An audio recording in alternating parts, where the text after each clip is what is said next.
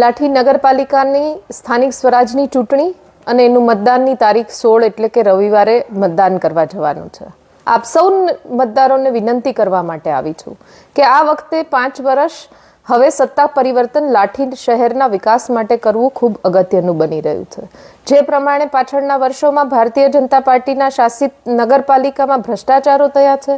ફક્ત વાર્ષિક ઓડિટના રિપોર્ટમાં 4 કરોડનો ભ્રષ્ટાચાર થયો છે, તો પાછળના આટલા વર્ષોમાં શું હાલત થઈ હશે એ પણ વિચારવાનું અગત્યનું છે. વેપારીઓ ઉપર જે પ્રમાણે કરવેરો વધારવામાં આવ્યો છે, જે પ્રમાણે ભ્રષ્ટાચાર દિન પ્રતિદિન વધતો જોવા મળ્યો છે, એ પ્રમાણે અને લોકશાહીને જીવંત રાખવા માટે આ વખતે ભારતીય જનતા પાર્ટીના તમામ ઉમેદવારોને જાકારો આપીને કોંગ્રેસ પાર્ટીના તમામ 24 ઉમેદવારોને આ વખતે નગરપાલિકામાં બેસવાની તક અપાવવા માટેની અપીલ આપ સૌને કરું છું. 16 તારીખે મતદાન કરવાનું છે.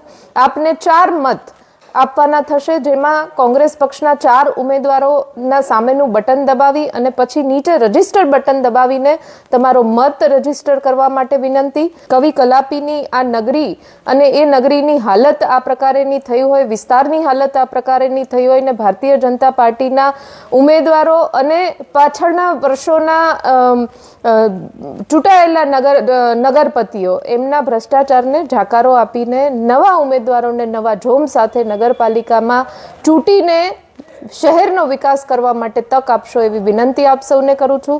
16 તારીખે મતદાન અચૂક કરજો અને લોકશાહીને જીવંત રાખવા માટે ને લાઠી શહેરને સુંદર શહેર બનાવવા માટે આ વખતે નગરપાલિકાનું બોર્ડ બદલજો. એના માટે આપ સૌનો ખૂબ હૃદયપૂર્વકનો ધન્યવાદ.